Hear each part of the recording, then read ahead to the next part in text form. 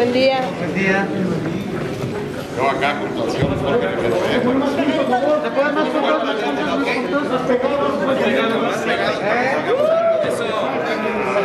voltear para acá? Paneando, ¿podemos empezar de este lado, por favor? Acá, por favor. 4, 3, 2. Paneando, queditos. ¿Con la camiseta? Una cosa, estamos con ustedes. Ahí está. Ahora, al centro.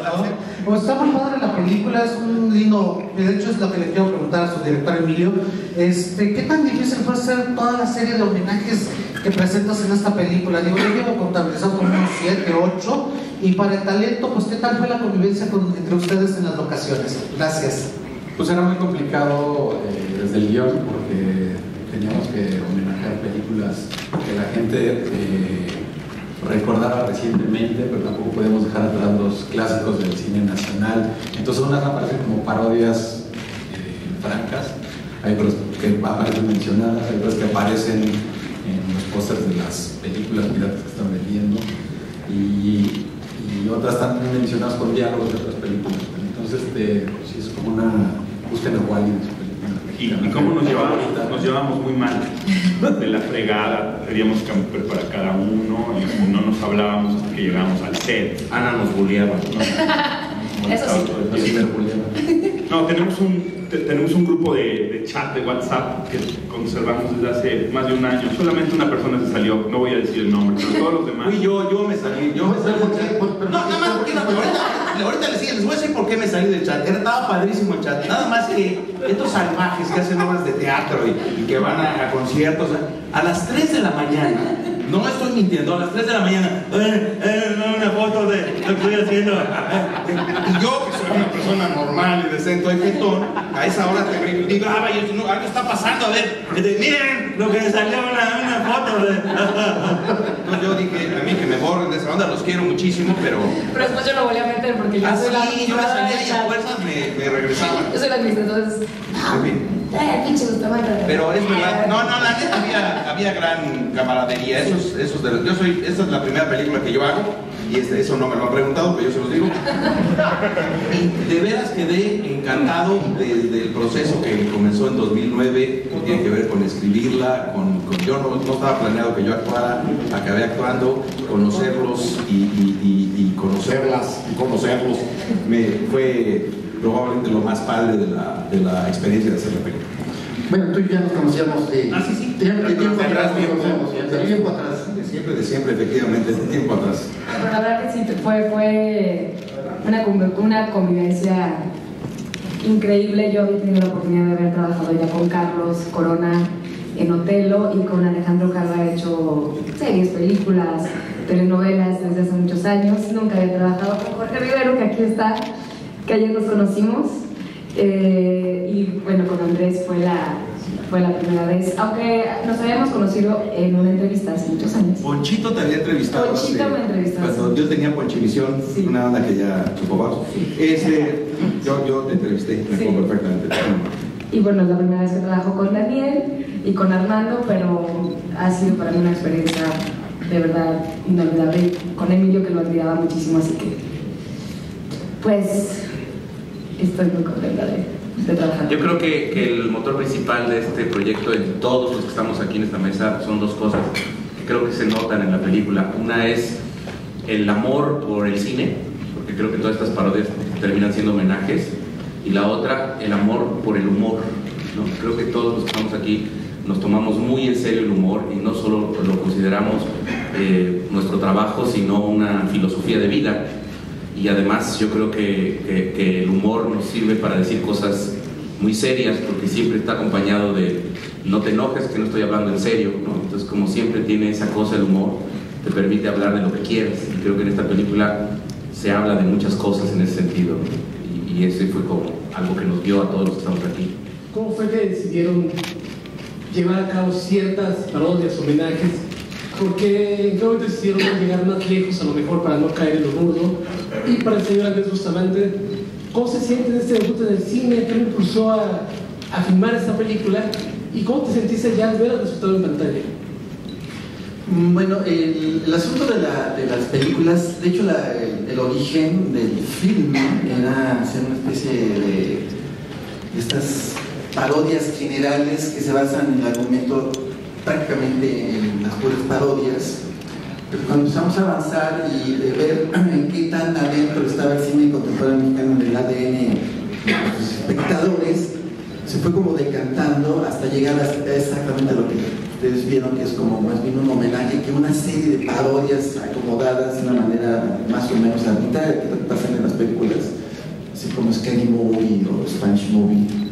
Entonces, de alguna manera teníamos que tener como la audacia y la inteligencia de que cumplieran estos homenajes dentro de la trama. La trama finalmente fue la que ganó en el desarrollo de la escritura del guión, más que basarnos en parodias, en bromas, ¿no?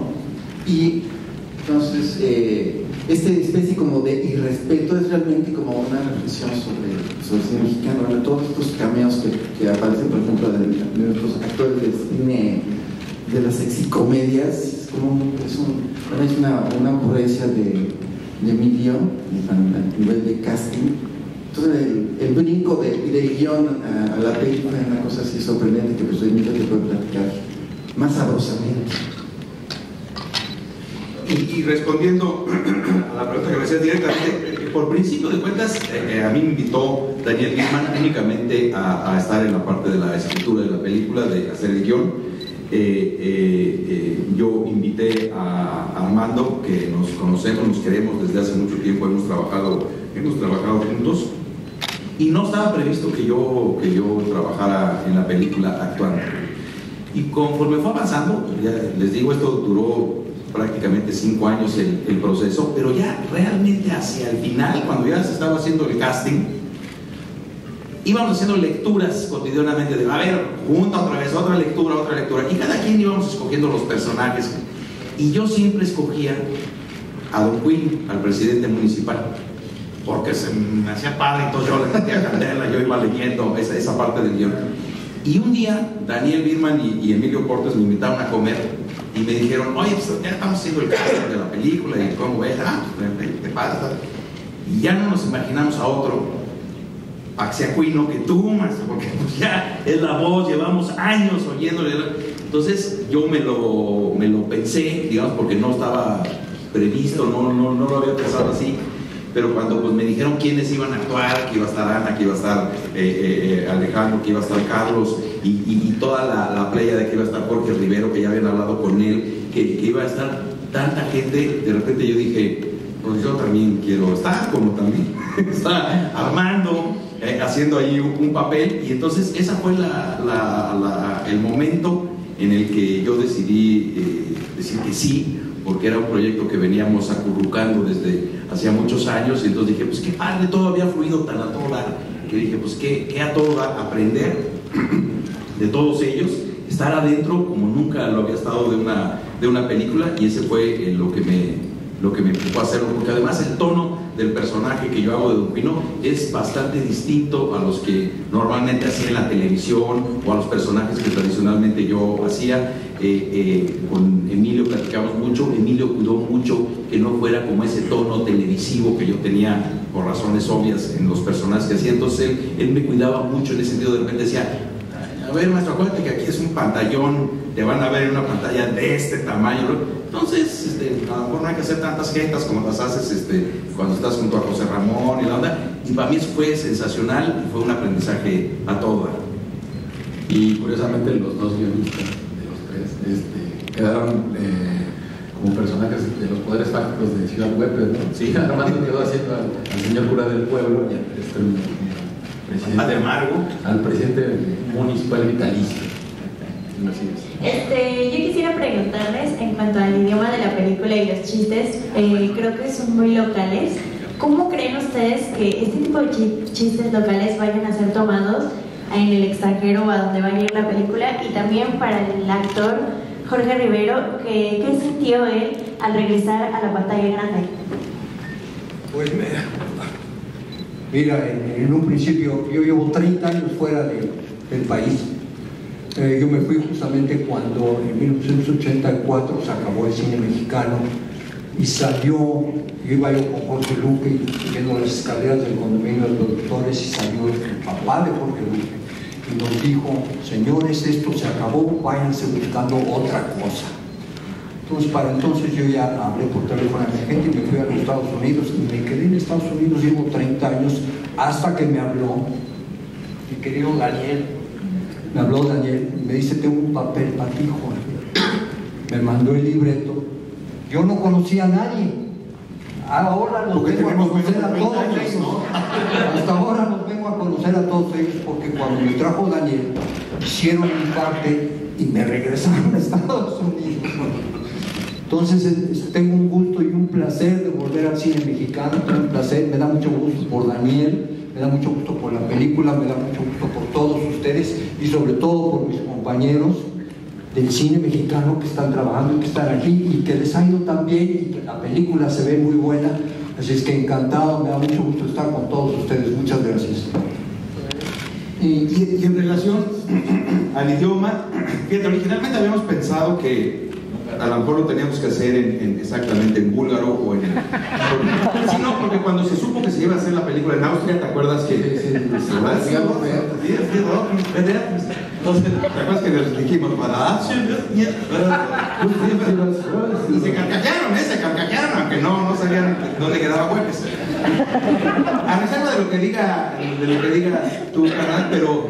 La película, la verdad es que es una película mexicana para México, porque tienes toda la razón. Habla de las realidades de nuestro país, es comedia, es cotorreo. Yo creo que de todas maneras esas realidades locales, con todo el intercambio de información que hay en el mundo, pueden ser atractivas en otro lado, ¿no? De repente ves una película en donde ves un niño noruego que va arrastrando un arenque y dices... Claro, me voy a jetear, pero antes de jetearme, deja ver qué está pasando en ese país que es. Pero ¿qué tal que fuera un tamal? Pero que fuera exactamente, no, un niño de Tepic arrastrando un tamal. Entonces, de arenque. Pero tienes toda la razón, sí es una película mexicana para México con alusiones muy acosas de México a otras películas mexicanas para todavía ahondar más. Pero pues esa era la idea, ese era el retro. El productor estuvo de acuerdo, ¿verdad? en ese boleto, y Armando te quería decir algo más. Sí, bueno, tenemos dos opciones, una hacer subtítulos, ¿no? Para los colombianos, para en Taiwán vamos a poner en mandarín y en cantonés los subtítulos, y también está la opción del doblaje en español neutro. Entonces cuando uno de los personajes dice no mames, entonces va a decir no inventes.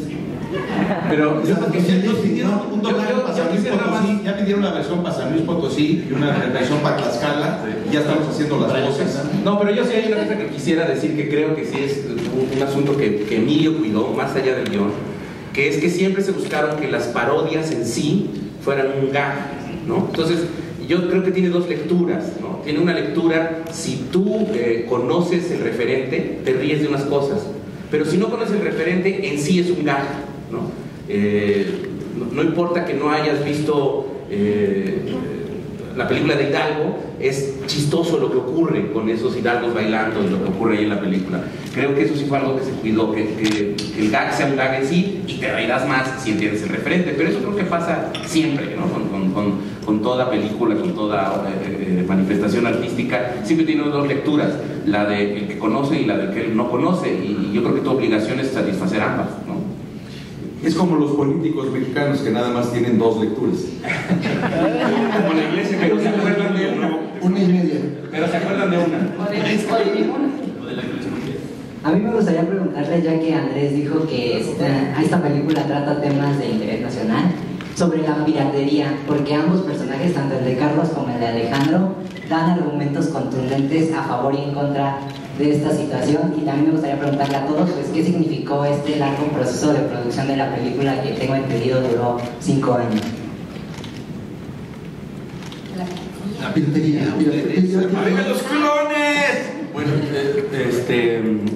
Daniel no lo sabe, pero aquí tengo unas copias de la película que ahorita voy a repetir. Pues yo creo que algo interesante en la película es que no se termina diciendo esta es la neta, ¿no? Como tú lo dices, y qué bueno que sí lo percibiste, está la postura de Archimboldo y la postura de Gumaro, y el espectador tiene la última palabra. que creo que es lo interesante. Creo que algo interesante no es venir a dar netas, sino decir, hay gente que opina esto y hay gente que opina esto de la piratería, ¿no? Y no tenemos ni una postura, ¿cómo se llama?, oficial, ni tenemos una postura filosófica al respecto. Ni es una película didáctica que te explica por qué está bien o por qué está mal. Y la gente dirá, no, pues perdóname, Gumaro tiene razón, y habrá gente que diga, perdóname, pero al chimboldo, y habrá gente que diga, ninguno de los dos. Y ojalá eso suscitara, ¿no? Ojalá después de la risa la gente se vaya platicando de otras cosas, de eso, de la corrupción, del padre amargo y su mascota, en fin, de cosas que son otras cosas que ocurren en la película, que creo que la desprenden de ser nada más gags concatenados, ¿no? Sino que creo que sí hay ahí una idea, una opinión que puede ser válida o no, pero pues que es la que...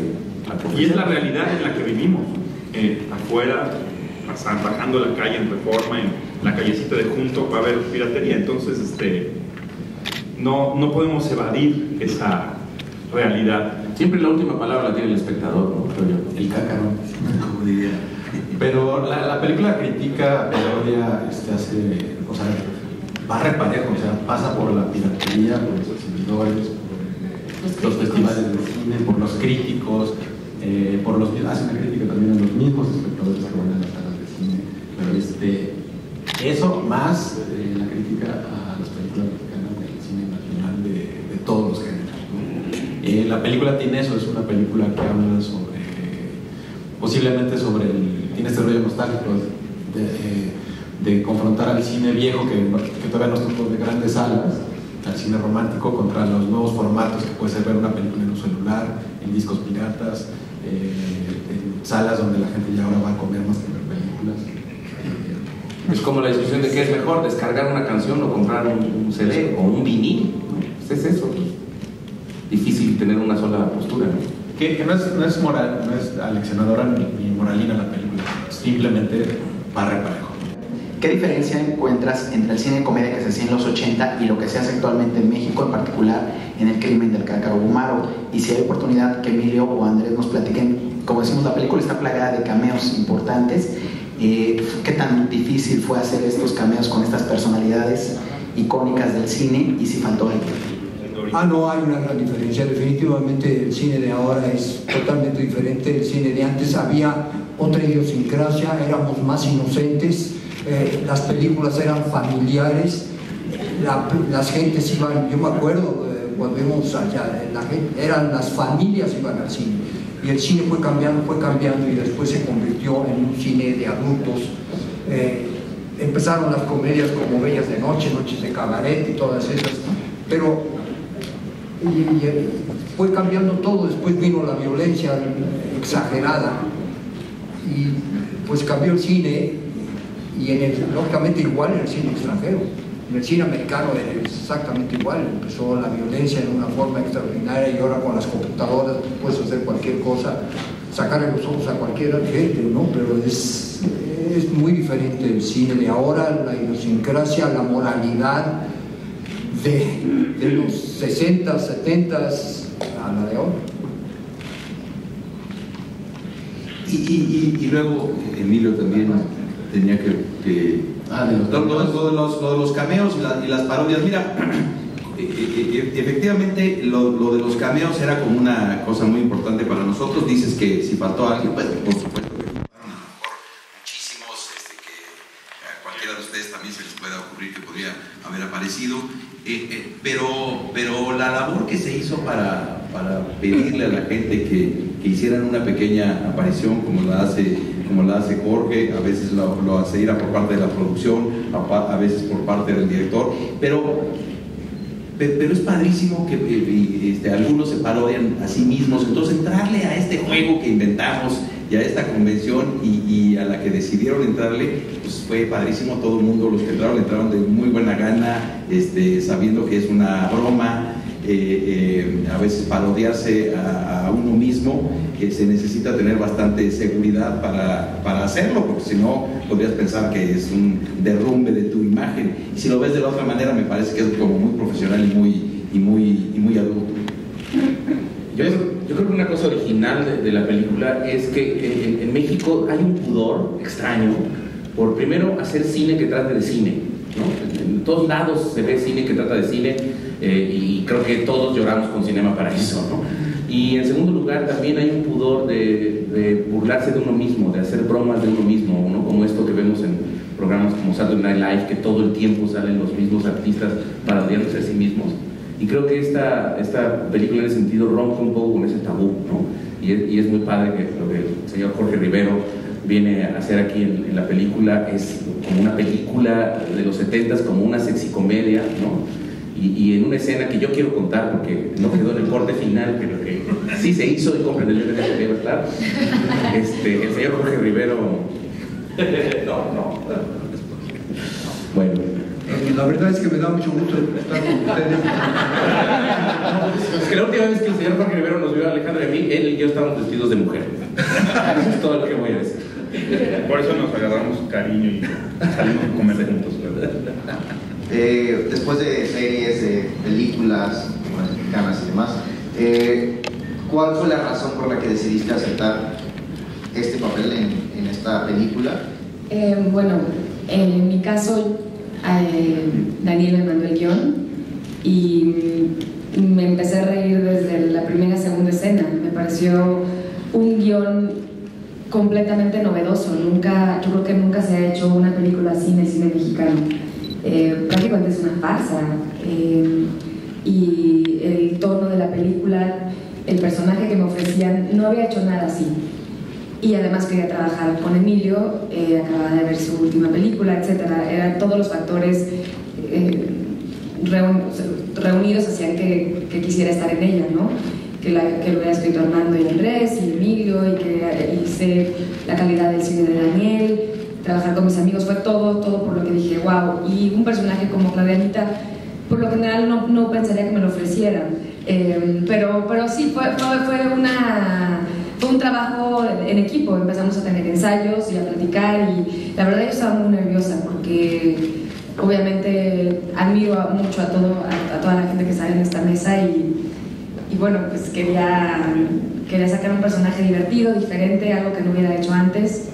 Y fue por eso que quise hacer esta película. Ya hace rato dijo algo a Ana en una entrevista que además como que en la película no hay buenos, ¿no? Todos somos así como malos, todo el mundo es como, creo que al final de cuentas es un poquito el género humano, es una onda así como de ser como medio malones. Entonces había que buscarle por ese lado, desde luego en comedia, que ese es el fundamento del guión, que la gente vaya y se pueda pasar un muy buen rato riéndose, pero efectivamente hubo muchas aportaciones, muchas fueron sobre la marcha, muchas también eran de, como lo acabas de decir, bueno, de repente hay cosas que son ya como de los chavos, que tienen que ver con cosas que se han hecho famosas en otras plataformas de comunicación, como puede ser el internet, el Twitter, videos virales. Entonces está toda como esa mezcla en ese microcosmos que se llama Ciudad Juárez. Sí, de hecho cuando estábamos haciendo el guión en los primeros tiempos, casi como 3 años y medio, cacho, ¿no? 4 años, 5 años, todavía mi hijo ni siquiera era proyecto, ya nació, y decíamos, bueno, ¿qué cosas ocurren como, no en el cine, sino las cosas y las imágenes en computadora? Pues era obviamente el asunto de me amarraron un puerco. Esas cosas siempre están desde el principio que estamos que perdón, en Austria se dice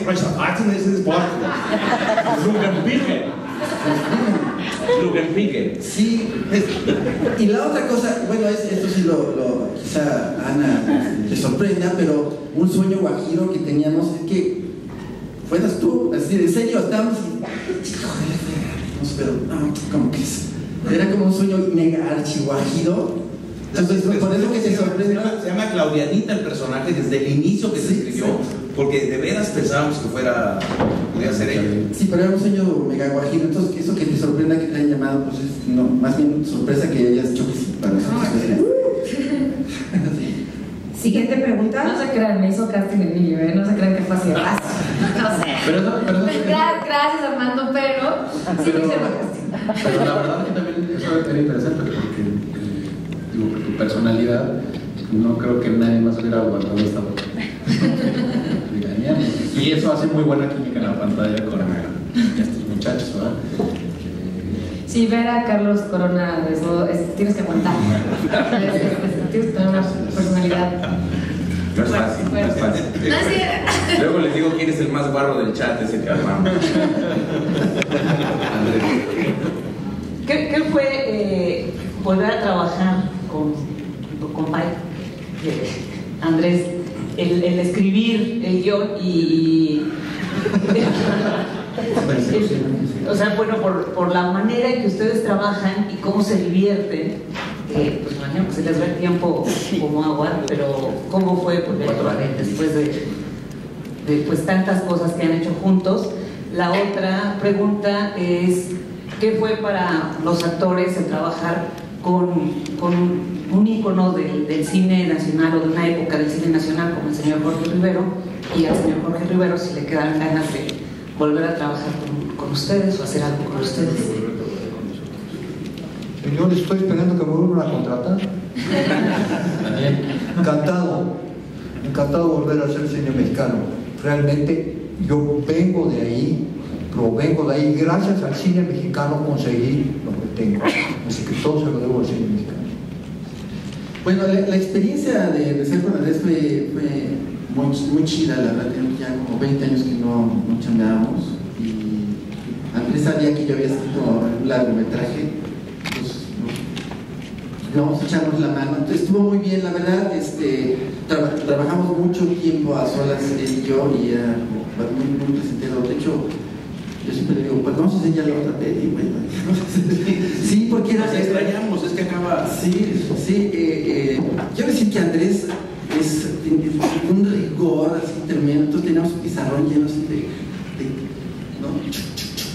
¿no? Todo dividido, poníamos tarjetas en el piso. O sea, la acción fue bastante padre, la experiencia muy rica. Bueno, llegó luego después Emilio a jalarnos las orejas, ¿no? Pero sí estábamos ya en un estado de parodia, de locura, de esquizofrenia. Yo oía voces, ¿no? Ya no. Éramos nosotros que nos metíamos en el cuarto de hotel y te hablábamos. Los zumbidos. Sí, bueno, quiero decirlo aquí públicamente, Andrés es muy hermoso, muy generoso, muy inteligente para toda esta cuestión de planeamiento. Así que yo celebro, y entonces, bueno, estamos esperando. Ya hay que hacer otra peli, ¿no? Pero bueno. Al menos para juntarlos, ¿no? Para comernos, pedíamos unas tortitas de mole, ¿te acuerdas? Eso es lo que extrañamos, ¿no? Las tortitas de mole también. La tragadera en la sala de juntas ese era el rollo. Exacto, también los pastelitos, ¿no? Que encargabas. ¿Y te acuerdas esa vez que fuimos a una... Siguiente pregunta. Antes ya se nos queda muy poco tiempo. O sea, pero todos son de los postres. Deja cerrar, no me regañes, de los postres. Quiero decirles que cuando estábamos escribiendo el guión, apareció en el panorama mi hijo Andrés. Entonces, el primero que le dije en la vida. Yo no soy su hijo, a ver, que no vaya a ver una confusión aquí. No, el otro Andrés. Casualmente. Ya apagaron la luz, ya se acabó todo. Sí, hermano, estás diciendo unas cosas, güey. Bueno, ya nada más eso rápidamente. Era tan hermoso y tan chido estar con él que le dije, oye, para esa ella me preguntó, ¿eso es bueno o es malo? No, eso es muy bueno. Ya, es todo. Y ya nada más un segundo, en contraposición igual, tenemos un tipo de humor muy distinto. Nos gusta atacarnos de la risa, nos queremos mucho, pues trabajamos mucho tiempo juntos haciendo cosas para la tele. Tenemos un humor muy distinto y eventualmente podría pensarse, yo creo que los dos lo pensamos, que podrían salir chispas del asunto porque él es un poquito más... muy guarro. Y entonces de repente, pero era padrísimo porque de veras había días que hasta llorábamos de las estupideces que hacíamos y de repente pues sí había que quitarle unas cosas a la película que había propuesto aquí mi compadre la onda, pero era realmente algo que yo también extraño porque fue a todo dar, juntarnos cotidianamente para leerlo, para ver, para imaginar. Es que esa chamba de poder imaginar, de poder decir tonterías y que eventualmente te paguen por hacerlo, es como ser del gabinete, es verdaderamente sensacional tener ese tipo de chamba. Y entonces yo agradezco la invitación de Daniel Birman a que se hiciera esta película coral y que hiciéramos este esfuerzo todos los talentos que están aquí, a excepción de su servidor.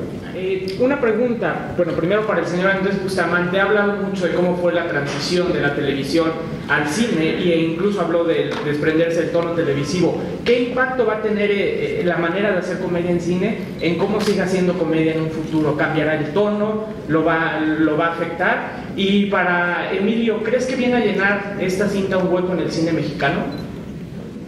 Sí, yo creo que todo es como una evolución constante. Yo desde hace tiempo incluso había utilizado la frase de darle un poquito vuelta a la página. Yo la televisión desde hace mucho tiempo no he estado presente ahí realmente, y de repente surgió esta posibilidad. Dije, qué sensacional poder crear un proyecto de nosotros, trabajarlo, estar atrás de él, corretearlo, tener una libertad que no se tiene en la televisión. Aquí sí, poder, yo siempre un poquito mi queja era que en la televisión las cosas se tienen que hacer muy rápido, se tiran a la basura a una velocidad sorprendente, y aquí este proceso que yo siempre he disfrutado enormemente, probablemente es lo que más disfruto de mi trabajo, planearlo, imaginarlo y estarlo preparando, se alargó, porque así son los proyectos del cine para poderlos hacer bien, y entonces eso para mí fue sensacional. Y como te decía, encontré otra faceta, otro tipo de personaje, otro medio que me hizo sentirme muy cómodo. Entonces creo que podría ser seguirle por ahí. Siempre me ha gustado trabajar en donde pueda hacer lo que yo quiera. Eso no quiere decir que vaya a estar bien, pero cuando tienes esa oportunidad, pues hay que pescarla y no hay que dejar que se vaya. Te va a llenar el hueco del cine. Pues mira, siempre que se habla de comedia, por lo general es como comedia romántica. Creo que lo más cercano que van a encontrar esta película son los programas de Andrés, muy enloquecidos, o a lo mejor mis películas anteriores como Pastorela. Esta película creo que es un género que coquetea con dos géneros de la comedia muy importantes, que son la farsa y la parodia, que estamos muy acostumbrados a verlas a través, por ejemplo, de los Simpsons, de los Monty Python, o sea, en películas extranjeras. Y creo que hace mucho, desde hace muchísimas décadas, no se había retomado este género tan lúdico y tan desmadroso, tan desenfadado. Creo que hace falta. Creo que lo que está padre es que tenemos una comedia que, si algo tienes, que no es tibia, ni es políticamente correcta, para nada. Actualmente hay tecnología para hacer efectos, para hacer edición de todo tipo. La modernidad permite hacer prácticamente lo que uno se le antoje. Ya una vez terminada la película, esto, bueno, lo podemos ver en todas las películas que incluyen efectos. ¿Qué ventajas le ven a ustedes de todas esas técnicas en su película? Y si creen que esto afecta ya el producto terminado en la taquilla.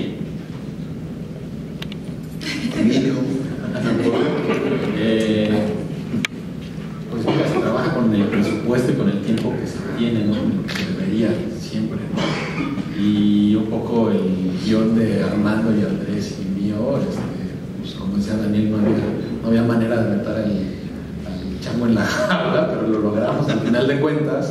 Pero ya no tiene que ver si tienen más o menos presupuesto. Creo que lo importante siempre es la historia, el cuento y los protagonistas. Yo creo que lo importante es la imaginación y que la técnica te ayuda, ¿no? O sea, que de pronto imagines que a un personaje le pasa algo y que la técnica te ayuda a hacerlo, pero creo que lo que se pondera es la imaginación, el juego, no los efectos por los efectos. Sí, bueno, creo que la experiencia como escritor es que los escritores somos muy irresponsables, absolutamente irresponsables. Cuéntales de la máscara de látex. Sí, de hecho en una yo sufrí porque pues, un pate, ¿no? Está sangrando y no van a cortarles, pero pues a ver que te pongan una máscara de látex así con sangre y estés 11 horas. ¿Te acuerdas, Armando, cuando les leímos la secuencia del helicóptero? Era una pelea con unos cuates colgados en un helicóptero, más. Entonces ya sabrás sacar esto así en la onda. ¿Cómo? No más. O sea, a ver, como decía, a ver, vamos a aterrizarnos tantito y la onda. Pero sí es cierto, pues la imaginación es muy irresponsable, un tanto lo que dice Carlos. Sí, 2 años antes Armando estaba, y entonces el padre Armando se vuelve zombie, ¿no? El día de la filmación Armando tenía un ataque de pánico, llevaba 12 horas entre una máscara. Caracterizado, lo estaba ahogando, ya no sabía cómo tomar agua con popote. Sí, se vio granos y todo. Y le digo, Armando, ya ves lo que provocas. Insiste a ti mismo.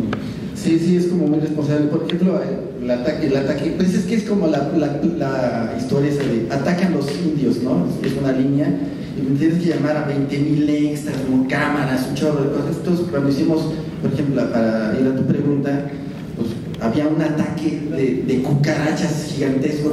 Entonces, pues sí, ¿no? Atacan cucarachas, sí, ya, atacan las cucarachas. Y, bueno, si no ha sido por la tecnología, estas cucarachas, porque hicimos un casting muy largo de cucarachas, pero se morían unas, se comían entre ellas, no regresaban, eran unas amigas de Armando, regresaban decidimos que fueran unos. Pero bueno, la tecnología es una herramienta de pocas tuercas para que se puedan hacer cosas que de otra manera no estarían suaves. Y la buena voluntad de Daniel Birman, ¿no? De que el productor le entre y que diga, como lo haremos, como lo imaginamos, hasta donde se pueda, ¿no? Tal vez esa es una diferencia grande con Gravity, ¿no? Más recursos. Si nos podrán decir, en la película se maneja mucho el ambiente pueblerino.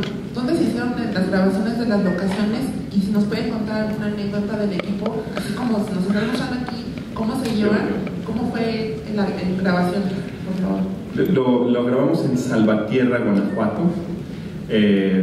Las locaciones pueblerinas, digamos, casi todas se hicieron en Salvatierra, Guanajuato. Y una buena anécdota que te puedo contar fue que fui a Celaya, a una casa de cultura, y les dije que pues, en Salvatierra, que en Celaya tienen muchos recursos para el ámbito cultural y que en Salvatierra están muy desprotegidos porque no tienen ni cine. Y es real. No hay descobijados, están, sí, exacto, alejados de la mano de Dios, a pesar de que es un pueblo mágico, no tiene un cine, no tiene una casa de cultura. Y lo dije como en buena onda, en la onda de, oigan, ayuden a Salvatierra, y las personas de Salvatierra no lo tomaron muy amable y me querían expulsar. Soy persona no grata en Salvatierra. Muy buena anécdota. Es que la palabra descobijado como que me gusta mucho, me sacó de ondita. Pero digo, al final de cuentas fue a todo dar, la gente era todo. Yo me acuerdo de un maestro de Salvatierra que casi siempre que yo estaba ahí en la locación me venía a saludar, y muy amablemente un día nos trajo unas mandarinas, unas guayabas, ¿no te acuerdas? A todo dar llegó, oiga, pues aquí le mandé. Sí, o sea, un chorro así se debe ver, todo el mundo tragando guayabas. Porque la gente es a toda, la gente es muy cálida, y bueno, pues también eventualmente se convirtió como pues, en un evento atractivo, que estuviéramos unos locos ahí que además no entendían de qué iba, por supuesto, el asunto. Claro. Son cosas desconexas en términos de ambientación y escenografía. Bonelli, el encargado de eso, convirtió una escuela en la fachada del cine que ustedes ven. Eso nada más era un piso y se convirtió en una cosa de doble y casi triple altura para que pareciera efectivamente un cine por fuera, y pensaron que ya le habían hecho caso a porque ya le estaban poniendo. Ya llegó con la culta con el cine. Exacto. No, pero el caso es que fue a todo dar y fue muy padre estar ahí. Y claro, pues bueno, ya sabes cómo son las locaciones, de repente empiezas muy temprano y estábamos en la super madrugada de noche haciendo algo, entonces poco a poco se le fue acabando el entusiasmo a los vecinos. ¡Es los de la película! Y luego ya veías que ya nomás eran 4. ¿Cuándo se van? Ya nomás pasaban y vámonos. Como es completamente natural, pero realmente nos recibieron y nos trataron a todos. Sí, y venden muy buena nieve. La nieve de pasta. Nieve de pasta. Y el tamal de ceniza también es muy bueno. Sí. Yo puedo contar otra vez si quieren la anécdota cuando vi a Carlos Corona desnudo. Pero eso no fue en Salvatierra. No, pero fue aquí en México, en Milpalta, ¿no? A mí una vez ahí en Salvatierra llegó. No, pero me estoy contando. Sí. No, de hecho sí, ¿no? Debería de contarlo. Estamos haciendo la escena, una de las primeras escenas de la película donde dejo a Gumaro completamente desnudo. No den spoilers. ¿Tú crees que van a ir a verte ahí nada más porque digo eso? No, la cosa es que la verdad es que tenía que estar completamente desnudo. tiene un cuerpo como de un bebito. Bien bonito, mi Carlos. Qué linda eres para describir el cuerpo de este bebé. Ahora quiero aclararte que solo el cuerpo es de bebito. Un bebito, a mí se me hace un bebito así, lo regreso. Y no, pues teníamos que estar haciendo la escena del coche y él tenía que salir literalmente desnudo en medio de un campo de terroso y ¿Ya la ven cómo verdad. sí me bulea? Sí, honestamente me dio gusto. Me dio gusto porque por lo general la mujer es la que siempre que hace el desnudo y ella fue como una buena venganza así de Yo de todos modos les digo a mis amigos que yo estuve desnudo en un coche encima de Ana de la Reguera. Eso sí, suavecito, bien. Y la verdad, se portó increíble. Carlos es. Gracias, tú no estuviste mala. Sabemos que la declaración que acaba de hacer Ana va a tumbar la taquilla. Ustedes escriban que la escena muere ella, no sean gachos. Pero. Sí, se estuvo humectando para estar suavecito. Pero no. No, es que sudo mucho, Ana, perdón. Sí, es cierto. Sí sudas. El coche era todo de piel, imagínense las luces adentro. Comparado contigo en un coche no sudarían ustedes. O sea, encima de Emilio, todos así, ya saben, como es 4 en un coche con ellos, con Carlos encima. Espérense, mueve el pie, ahí estuvimos como una. Y además hay que ser chistoso, ¿no? Y como era de piel, ella le hacía así al asiento y creía que era la espalda de este güey. Te lo juro que sí, perdón, Pero era peluchito, entonces pensaban que estaba yo muy peludo, ¿no? Pero sí, fue muy simpático verle a sus amiguitas. Mi amor. Fue lo que más me divertió de toda la. No es cierto. Eso. Por eso hice así. Y como lo dice Don Cuino en los cortos, y ya los vieron en el tráiler, va a haber viejos encuerados, artísticos, pero sí hay, ¿no? Bueno, ya no tenemos más tiempo. Vamos a tener una última pregunta. Jorge Gómez de El Vortex y terminamos. Bueno. Me buleas, Sí, buenos días, mucho gusto. Bueno, una pregunta para Andrés Bustamante. Sí. Aquí estoy. Mira, nomás eres el más cercano y yo. ¿Cuál fue el proceso o en qué se basó para la creación del personaje de Don Cuino? Pues me puse la peluca. No, sí hubo proceso. Fíjate que nos sentamos a platicar fundamentalmente con Emilio. Yo, la voz, que era algo que, como ya les platicé hace ratito, era algo que cuando yo iba leyendo el guión, pues iba un poco saliendo a hacer, que fuera hablando.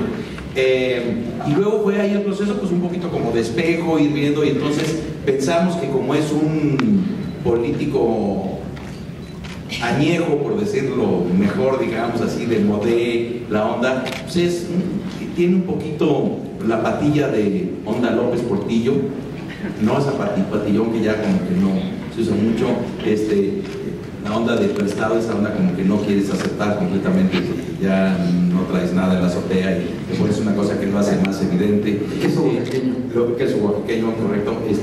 El típico lente del político de antes, que era ni es claro ni es oscuro, pero ahí lo traigo y es verde, ¿no me entiendes? Entonces esa como idea de los políticos que de repente podremos ver en las portadas de los periódicos o de las revistas sesenteras o setenteras, y ahí se fue oye, y una panza, pues claro, porque pues, es la onda que se atascan de todo, pues, se llama Don Cuino, o sea, no le dicen Don Cuino, imagínate que se llama Cuino, ¿no? Entonces, pues eso habla ya de sí, no es que no es apodo, o sea, él lo dice.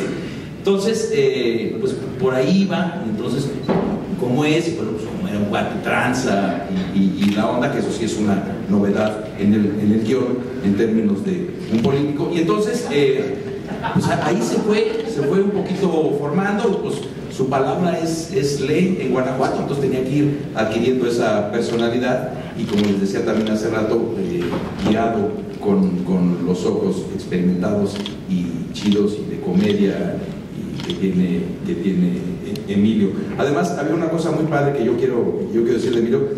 Emilio es muy bueno para dibujar. Entonces era padrísimo. Para dirigir no, pero para sí, ya le dijimos que haga una película de dibujos animados, pero que no las y mandaba los dibujos que se vaya a Coyoacán, que haga cómics, ya, lo tuyo. Eso era bien padre porque en las juntas, ¿verdad? Estábamos platicando algo y desde acá estaba. Entonces ya hacía un dibujo de cómo se estaba imaginando la escena. Bueno, el caso es que él solo hizo el storyboard de toda la película y es padrísimo cómo esa situación que él iba dibujando luego se acabó convirtiendo en nosotros, en los personajes ya frente de la cámara, y eso era como a todo dar. A mí me parecía eso súper notable de Emilio, además de tener en la cabeza así el concepto perfecto de la película. Entonces yo decía, pues este güey no checa, no leo, ¿cómo este rollo? Lo tenía aquí él y como Tarzán, él y sus monitos. Yo creo que un personaje muy importante en la película en realidad es Huepes, ¿no? O sea que más allá de Don Quinn o la Chimbolo de Claudianita, se cuidó mucho cada extra que está en la película. Hay personajes que tienen una trayectoria durante toda la película y creo que es esto que decía Andrés hace un momento, que es un microuniverso que refleja toda nuestra sociedad contenida en un pueblito que es Huepes y que es cualquier pueblo y que es todo México, ¿no? Eso está muy cuidado en la película. A mí se me olvidó decir algo sobre la escena de que hizo con Carlos Corona. Por cierto, mi marido es Alejandro Calva. No sé por qué estoy en la escena con Carlos, pero... Porque era mejor desnudarse a mí. Sí, nada más queda claro que mi marido es Alejandro Calva, no Carlos Corona. También hicimos nuestra escena de cama. También hicimos escena de cama. Más vestiditos, pero... Sí. Bueno, pues muchísimas gracias, muchachos. Saben que estrenamos el 14 de marzo con 1000 pantallas a nivel nacional. Y pues esperamos muchísimo que vayan al cine, que la recomienden. Muchísimas gracias por haber venido. Gracias. Muchas gracias. Gracias por acompañarnos. Gracias.